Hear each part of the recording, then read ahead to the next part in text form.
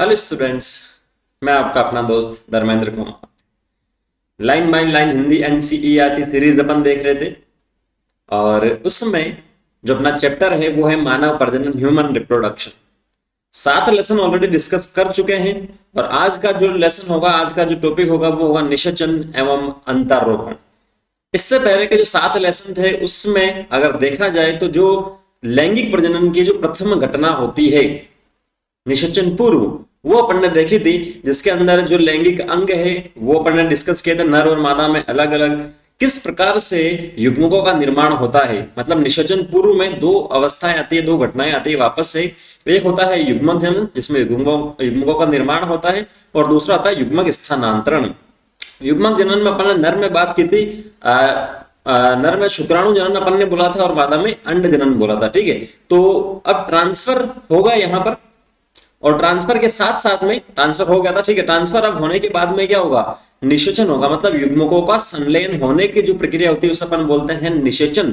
Details इसे अपन ने first chapter में पढ़ रखा है। और अंतररोपण, अंतररोपण या इम्प्लांटेशन जिसे अपन ने बोला था इंट्रोडक्शन वाले लेसन में, फर्स्ट लेसन में इस चैप्टर के, तो अंतररोपण का मतलब गर्भाशय के अंदर जो भी जाइगोट होगा वो अंतररोपित हो जाएगा। कुछ एन और एन जब जुड़ेगा, 2n मिलेगा, भ्रूण वो अंतररोपित हो जाएगा गर्भाशय के अंत गर्भाशय स्तर में, और वहां से प्रेगनेंसी स्टार्ट होगी 9 महीने की। तो वो आज के सेशन में अपन डिस्कस करने जा रहे हैं। अगर आपको किसी प्रकार का डाउट होता है तो आप कमेंट कर दीजिएगा वीडियो के लास्ट में, नहीं तो आप डाउट की जो पिक्चर है वो आप इंस्टाग्राम पर सेंड कर सकते हैं, वहां पर मैं आपको धर्मेंद्र कुमार से मिलूंगा। तो स्टार्ट अपन करते हैं बिना टाइम वेस्ट किए हुए। निषेचन एवं अंतररोपण, फर्टिलाइजेशन एंड इम्प्लांटेशन। स्त्री एवं पुरुष की, अच्छा आप लोग एनसीईआरटी लेके बैठिएगा, नोटबुक लेके बैठिएगा, कुछ इंपॉर्टेंट लगे तो उसे नोट कीजिएगा, कुछ ट्रिक में बताऊं तो उसे भी नोट कर लीजिएगा। स्त्री एवं पुरुष के संभोग या मैथुन मतलब सेक्सुअल इंटरकोर्स के दौरान शिशन द्वारा शुक्र या वीर्य स्त्री की योनि में छोड़ा जाता है, जिसे वीर्य सेचन अपन बोलते हैं। ठीक है, तो शिशन जिसे पेनिस अपन बोलते हैं, ये बाह्य जननांग था, नर वाले पार्ट में अपन ने पढ़ा था। और इसी के हेल्प से क्या होता है, जो वीर्य है जिसके अंदर क्या होता है, शुक्राणु होता है, और साथ साथ में कुछ सीक्रेशन भी होते हैं, स्राव भी होते हैं। ठीक है, जो सहायक ग्रंथियां वगैरह होती है उसके, तो इसे अपन बोलते हैं वीर्य। तो इसे स्त्री की योनि में ट्रांसफर कर दिया जाता है, तो उसे अपन बोलते हैं वीर्य सेचन। क्लियर है, क्या बोलते हैं, वीर्य सेचन। जैसे इस प्रकार का कोई डायग्राम था मादा वाला। ठीक है, ये मादा जो जनन तंत्र है उसका ये डायग्राम अपन ने इस प्रकार से देखा था। ठीक है, ये इस प्रकार से। तो अब यहां पर अपने पास अंडाशय थे, ओवरी थी, और ये बीच वाला जो पार्ट है ये क्या था, गर्भाशय अपने पास था। ठीक है, इसे भी अपन ने डिटेल से देखा। तो जो शिशन है वो यहाँ पर इस वाले रीजन में क्या करेगा, शुक्राणु या वीर्य को यहाँ पर रिलीज कर देगा, और यहां से होता वो क्या आएगा, जो फेलोपियन ट्यूब है, जो अन्न वाहिनियां है उस तक पहुंच, अन्न वाहिनी तक पहुंच जाएगा। ठीक है, उसके जो एम्पुला रीजन है वहां पर पहुंच जाएगा। तो मादा शरीर में या योनि में जो वीर्य को रिलीज किया जा रहा है उसे तो अपन बोलते हैं वीर्य सेचन।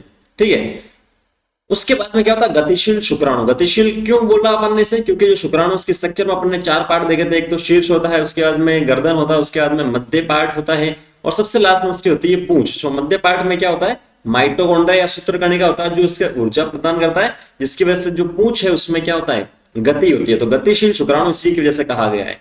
गतिशील शुक्राणु तेजी से तैरते हुए गर्भाशय ग्रीवा से होकर गर्भाशय में प्रवेश करते हैं। तो ये गर्भाशय ग्रीवा है, यहां से होता हुआ गर्भाशय में प्रवेश करेगा, और सबसे लास्ट में क्या होगा, जो अंड वाहिनी है उसके तुम्बिका क्षेत्र में पहुंच जाता है। चित्र 3.11b जो है वो अपने को यहाँ पर बता रखा है। ठीक है, ये नहीं है, ये भी नहीं है, ये वाला। ठीक है, तो यहां से होता हुआ स्पर्म जाएगा, एंटर करेगा, और यहां से यहां पर आ जाएगा। ठीक है, क्लियर है यहाँ पर। उसके बाद में इसी बीच अंडाशय द्वारा मोचित शुक्राणु भी तुम्बिका क्षेत्र तक पहुंच जाता है। ये जो अंडाशय था यहाँ से क्या होगा, 14वें दिन अंडोत्सर्ग होगा, 28 दिन के मासिक चक्र में। तो यहाँ से जो अंडाणु है वो भी इस अंकुला या तुम्बिका रीजन में पहुंच जाएगा सेम समय पर। अगर सेम समय पर पहुंचेगा तब निषेचन होगा, अन्यथा नहीं होगा। जहां निषेचन की क्रिया संपन्न होती है, निषेचन तभी हो सकता है यदि अंडाणु और शुक्राणु दोनों एक ही समय में तुम्बिका क्षेत्र में पहुंच जाए। इंपॉर्टेंट है, बता दिया मैंने आपको। यही कारण है कि जिससे कि सभी संभोग क्रिया निषेचन एवं सगर्भता स्थिति में नहीं पहुंच पाती। अगर 28 दिन का मेंस्ट्रुअल साइकिल होता है और उसमें भी अगर अपन बात करें कि 28 दिन तक, ठीक है। 28 दिन तक सेक्सुअल इंटरकोर्स करते हैं, ठीक है, संभोग अगर करते हैं नर और मादा, तो ऐसा नहीं है कि हर दिन जो है वहां पर जो शुक्राणु पहुंचेगा, हाँ बिल्कुल शुक्राणु पहुंचेगा, लेकिन अंडाणु वहां से रिलीज नहीं होगा। अंडाणु जो है वो केवल 14वें दिन ही होगा। तो 14वें दिन, 15वें दिन और 16वें दिन, 3 दिन में जो है निषेचन होने के चांसेस सबसे ज्यादा है, और इसी के अंदर होता है, बाकी दिन में नहीं होता है, ठीक है। तो इसीलिए लिखा है इसने, कारण क्या लिखा, यही कारण है जिससे सभी संभोग, अगर 28 दिन है उसमें सभी संभोग 28 दिन तक किया है, तो निषेचन और सगर्भता में नहीं पहुंच पाता, इन 3 दिनों में ही पहुंच पाता है। शुक्राणु के साथ एक अंडाणु के संलयन की प्रक्रिया को निषेचन या फर्टिलाइजेशन अपन बोलते हैं। निषेचन के दौरान एक शुक्राणु अंडाणु की पारदर्शी अंडावरण, जैसे जोना पेल्यूसिडा कहते हैं, स्तर के संपर्क में आता है। तो ये जो है कुछ शुक्राणु द्वारा घिरा हुआ अंडाणु है, ठीक है। अंड जनन की जो प्रोसेस अपन ने देखी थी, एनसीईआरटी वाले थोड़ा सा घुमाते हैं, तो अंड जनन में ही अंडाणु की स्ट्रक्चर वैसे बताई जाती है, लेकिन अकॉर्डिंग टू एनसीईआरटी इन्होंने बाद में बता रखी है। तो ये स्ट्रक्चर आपको ध्यान में रखनी है, ये अंडाणु की संरचना है। इसके चारों तरफ एक लेयर बता रखी है, जिसे क्या बोला है, जोना पेल्यूसिडा, और ये होती है पारदर्शी, मतलब इसके आर पार अपन देख सकते हैं, ठीक है। तो जो है शुक्राणु आ रहा है, यहाँ से बहुत सारे मिलियंस में शुक्राणु आते हैं, लेकिन एक ही आगे जाता है इसके अंदर से, तो जोना पेल्यूसिडा के संपर्क में आता है। उससे पहले अपने पास कुछ सेल्स बता रखिए, कोरोना रेडिटा या अर्ये किरीट की जो कोशिकाएं हैं, तो ठीक है। तो सबसे पहले स्पर्म यहां पर आएगा, प्रोसेस देख लो। इस स्पर्म के अंदर अपन ने बात की थी, एक्रोजोम होता है। क्या होता है, एक्रोजोम होता है, जिसे अग्रपिंडक अपन ने बोला था। और इस अग्रपिंडक में क्या होता है, एंजाइम होता है। एंजाइम क्या करता है, जो भी अंडाणु की जो यहाँ पर झिल्ली बताई जा रही है उसे तोड़ने का काम करता है। तो जो एक्रोजोम यहाँ पर ये बताया जा रहा है, ये सबसे पहले इस अर्ये किरीट जो आएगा, इसे यहाँ से हटाता चलेगा, ढीला करता चलेगा। उसके बाद में जोना पेल्यूसिडा के कॉन्टेक्ट में आएगा। सबसे लास्ट में क्या हुआ, इसके अंदर घुस जाएगा, परिपित्तक अवकाश से होता हुआ, ठीक है। और अतिरिक्त शुक्राणु के प्रवेश को रोकना है, तो उसके उक्त स्तर में बदलाव प्रेरित करता है। तो पहला जो शुक्राणु आएगा, जैसे ये पहला शुक्राणु है, तो जो सबसे पहला, जैसे लाखों की संख्या में आता है शुक्राणु, तो जो पहला शुक्राणु है जो जोना पेल्यूसिडा के कांटेक्ट में आएगा, वो क्या कर देगा, बाकी सारे जो शुक्राणु हैं उसे उसका प्रवेश को वर्जित कर देगा, वो रोक देगा, ठीक है। क्योंकि एक अंडाणु के साथ में एक ही शुक्राणु जो है वो जुड़ सकता है, बाकी नहीं जुड़ सकता। तो ये प्रवेश को बाधित यहाँ पर कर देगा, वर्जित कर देगा। इसमें कुछ रासायनिक परिवर्तन करता है जो अपने सिलेबस में नहीं है। इस प्रकार यह सुनिश्चित हो जाता है कि एक अंडाणु को केवल एक ही शुक्राणु निषेचित करता है। अग्रपिंडक, एक्रोजोम, जैसा भी मैंने बोला था, का श्रावण शुक्राणु की पारदर्शी अंडावरण के माध्यम से अंडाणु के कोशिका द्रव्य तथा प्लाज्मा भित्ति में प्रवेश करने में सहायता करता है। तो ये जो अग्रपिंडक है यहाँ पर, या ये वाला ले लो आप, तो यहां से ये हेल्प करेगा अंदर अंडाणु के कोशिका द्रव्य में घुसने में, साइटोप्लाज्म में। यह द्वितीयक अंडक के अर्धसूत्री विभाजन को प्रेरित करता है। क्योंकि अपन ने बात की थी पहले, अगर आपको आइडिया होगा तो पुटक की अपन ने बात की थी। पहला प्राथमिक अंडक था, उसके चारों तरफ कुछ ग्रेन्युलोसा कोशिकाएं आती है, तो प्राथमिक पुटक बना, फिर उसके बाद में द्वितीयक पुटक बना, फिर उसके बाद में तृतीयक पुटक बना, ठीक है। तो लास्ट में जो स्ट्रक्चर बनी थी वो अपने पास क्या था, इस प्रकार से था। तृतीयक पुटक था, सॉरी, जोना अपने पास कॉर्पस, उसे अपन ने बोला था फेलोपियन, नहीं सॉरी फेलोपियन नहीं बोला था, ठीक है। तृतीय पुटक वो अपने पास था। फुल्ली मैच्योर जो फोलिकल थी, पूर्ण रूप से जो परिपक्व पुट्टिका थी, वो उस तक अपन यहाँ पर पहुंच गए थे, ठीक है। जिसे अपन ने बोला था ग्राफियन फोलिकल, ये ग्राफियन फोलिकल अपन इसे बोलते हैं, ठीक है। तो इसके अंदर तृतीय पुटक था, और जो अर्धसूत्री विभाजन प्रथम था वो यहाँ पर कंप्लीट हुआ था, लेकिन अर्धसूत्री विभाजन सेकंड यहाँ पर कंप्लीट नहीं हुआ था। इसीलिए अर्धसूत्री विभाजन कंप्लीट सेकंड कहां कब होगा, जब स्पर्म यहाँ पर आएगा इस अंडाणु के संपर्क में, तब क्या होगा, अर्धसूत्री विभाजन कंप्लीट होगा, उससे पहले नहीं होगा। बहुत ज्यादा इंपॉर्टेंट है, बहुत ज्यादा इंपॉर्टेंट है, फिर से बोल देता हूं, मोस्ट इंपॉर्टेंट है कि अर्धसूत्री विभाजन कब कंप्लीट होता है, जब शुक्राणु अंडाणु के संपर्क में आता है तभी होता है, नहीं तो जो है अंडाणु वो ऐसे ही डीजेनरेट हो जाता है, खत्म हो जाता है।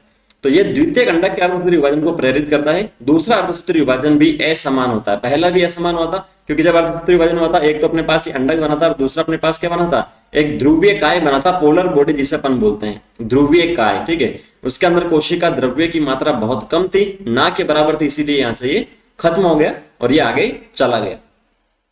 तो असमान विभाजन है और इसके फलस्वरूप द्वितीय ध्रुवीय पिंड की रचना होती है और एक ए गुणित अंडाणु बनता है। ए गुणित का मतलब एन, oocytes जिसे बोलते हैं। शीघ्र ही शुक्राणु का अंडाणु के ए गुणित केंद्रक के साथ संलयन होता है, क्योंकि शुक्राणु जो है अंदर घुस चुका है, इसका केंद्रक अंदर घुस चुका है, अंडाणु भी का भी केंद्रक यहाँ से आ चुका है, तो अंदर आ जाएगा और ये दोनों मिल जाएंगे तो क्या बन जाएगा, 2n बन जाएगा, n और n। जिससे कि द्विगुणित युग्मनज या जायगोट की रचना होती है। ठीक है, एक युग्मनज में कितने गुणसूत्र होंगे, तो एक युग्मनज में n, और n जो है नर और मादा से युग्मक आता है, शुक्राणु और अंडाणु, तो इसमें होता है 23, क्योंकि ये अगुणित तो इसमें भी 23 होता है, तो कितने बन जाएंगे, टोटल 46 यहां से बन जाएंगे। क्लियर है। हमें यह बात ध्यान में रखनी चाहिए कि इसी चरण में शिशु के लिंग का निर्धारण यानी लड़का है या लड़की का होना निश्चित होता है। ठीक है, ऐसा नहीं कि 9 महीने की प्रेगनेंसी कंप्लीट होती है उसके बाद में पता चलता है या डिसाइड होता है कि ये लड़का है या लड़की है। ठीक है, तो ये पहले से ही हो जाता है, जब युग्मकों का संलयन होता है उसी समय डिसाइड हो जाता है कि ये लड़का है या लड़की है। आइए देखें ये कैसे होता है। वैसे इसे जेनेटिक्स में बहुत डिटेल्स अपन पढ़ते हैं, आनुवांशिकी में। ठीक है, लिंग निर्धारण एक टॉपिक दे रखा है 5वें चैप्टर में, तो वहां पे भी इसे वापस डिस्कस करेंगे। यहाँ दे रखा है, थोड़ा सा अपन देख लेते हैं। जैसा आप जानते हैं कि स्त्री में गुणसूत्रों का स्वरूप होता है XX। इसे थोड़ा सा मैं आपको बता देता हूं जिससे आसान हो जाएगा अपना काम। जैसे ये नर है और ये मादा है, स्त्री या पुरुष इसे बोलते हैं, तो टोटल जो है गुणसूत्र कितने तो 46 होते हैं, तो 44 प्लस XX होता है, ये 44 हो गया, ये 45 हो रही 46 हो गया। नर में भी सेम ऐसे 44 प्लस XY। ठीक है, नर में अलग अलग होता है, विषम होता है यहाँ पर, मतलब अलग अलग गुणसूत्र की जो अपन बात करें, तो ये 44 तो क्या होता है, नर और मादा में सेम होते हैं, लेकिन ये जो XY और XX है ये क्या होते हैं, अलग अलग होते हैं। ठीक है, X जो होता है ये मादा के लिए होता है, Y जो होता है वो नर के लिए होता है। ठीक है, होमोसेपियंस में। तो अगर X और Y की अपन ने बात की और XX की अपन ने बात की, अगर नर से शुक्राणु में X आता है और मादा के X के साथ जुड़ता है तो XX बनेगा, 44 प्लस XX। ठीक है, या इसमें भी X आता है तो XX बन जाएगा। लेकिन नर से अगर Y आता है और ये XY बनाता है, वापस इसमें Y आता है और ये XY बनाता है, तो जहां पर भी XY आएगा तो XY किसको बताता है, नर को बताता है। ठीक है, तो 50% चांसेस होते हैं, या तो 50% चांसेस में X जाएगा अंडाणु के पास में, या Y जाएगा। ठीक है, या तो ये जाएगा या ये जाएगा, 50% चांसेस होता है नर और मादा के, कुछ भी अपन नहीं कह सकते हैं। जैसा कि आप जानते हैं कि स्त्री में गुणसूत्रों का स्वरूप XX होता है, पुरुषों में XY होता है। ठीक है, इसीलिए स्त्री द्वारा उत्पादित सभी अगुणित युग्मकों में X लिंग गुणसूत्र होते हैं, X वाला ही होता है यहाँ पर लिंग गुणसूत्र होता है, जबकि पुरुष में क्या होता है, X भी होता है और Y भी होता है। जबकि पुरुषों में लिंग गुणसूत्र या तो X होता है या Y होता है, तो इसलिए 50% शुक्राणु में X आएगा, या तो ये आएगा, क्योंकि या तो X जाएगा या Y जाएगा, दो में से एक जाएगा, तो 1/2 अपन करता है इंटू 100 करता है, तो कितना प्रतिशत आता है, 50% आता है यहाँ पर। ठीक है, इसीलिए पुरुष एवं स्त्री युग्मकों के संलयन के पश्चात युग्मनज या जाइगोट जिसे बोलते हैं, या तो XX या XY लिंग गुणसूत्रों की संभावना होगी। यह इस बात पर निर्भर करेगा कि X या Y लिंग गुणसूत्रों वाले शुक्राणु में से कौन अंडाणु का निषेचन करता है। जिस युग्मनज में XX गुणसूत्र होंगे वह एक मादा शिशु या लड़की के रूप में, जबकि XY जो होगा तो वो क्या होगा, नर में विकसित होगा। बता दिया मैंने आपको। आप गुणसूत्र प्रतिमानों के बारे में और अधिक विस्तार से अध्याय 5 में सीखेंगे, तो ये मैंने अभी बताया था आपको। ठीक है, तो इसीलिए कहते हैं कि जो शिशु का लिंग है उसका निर्धारण उसके पिता द्वारा होता है, माता द्वारा नहीं होता। तो ये आपको ध्यान में रखना है, इंपॉर्टेंट है यहाँ से। ठीक है, एक ये स्टेटमेंट और दूसरा 50% वाला जो दोनों स्टेटमेंट है ये क्या है, इंपॉर्टेंट है। अब अपन ने बात की एन नर से आया और एन ही क्या है, मादा से है, इनका संलयन हो गया, 2n बन गया, इससे अपन ने बोला है भ्रूण। ठीक है, अब ऐसा तो है नहीं कि मैंने पहले से आपको मैं बताता आ रहा हूं कि जो मनुष्य उसके अंदर क्या होता है, अंग तंत्र प्रकार का सिस्टम होता है। कुछ जीवों में कोशिकीय होता है, मतलब जो कोशिका होती है वही सारे काम करती है।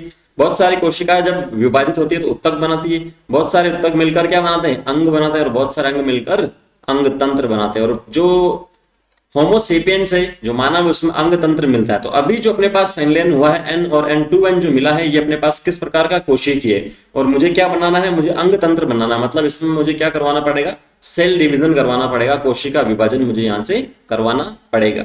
तो समसूत्री विभाजन, ठीक है, समसूत्री विभाजन या जिसे बोलते हैं विदलन या क्लीवेज, ये केवल रिप्रोडक्शन वाले में बोलते हैं विदलन या क्लीवेज की शुरुआत तब हो जाती है जबकि युग्मनज अंड वाहिनी के संकीर्ण पथ से गर्भाशय की ओर बढ़ता है।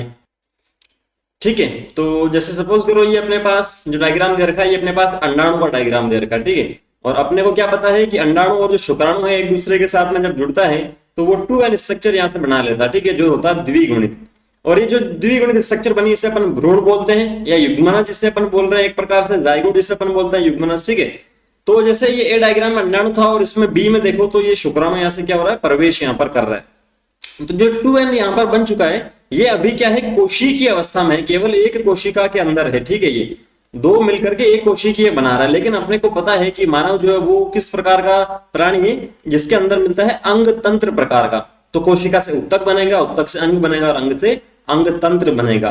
तो अंग तंत्र बनवाने के लिए मुझे क्या करवाना पड़ेगा, विभाजन करवाना पड़ेगा। और विभाजन जो मैं करवा रहा हूँ समसूत्री विभाजन जो मैं करवा रहा हूँ, तो एक से यहाँ पर दो बन जाएगा, दो से कितना बन जाएगा, चार यहाँ पर बन जाएगा, चार से कितना बन जाएगा, 8 कोशिकीय की अवस्था में यहाँ पर चला जाएगा और ऐसे ही यहाँ पर चलता रहेगा। लेकिन इंपॉर्टेंट बात यह है कि इसमें जो विभाजन हो रहा है, तो ओवरऑल ये जो प्रथम कोशिका थी ये युग्मनज था।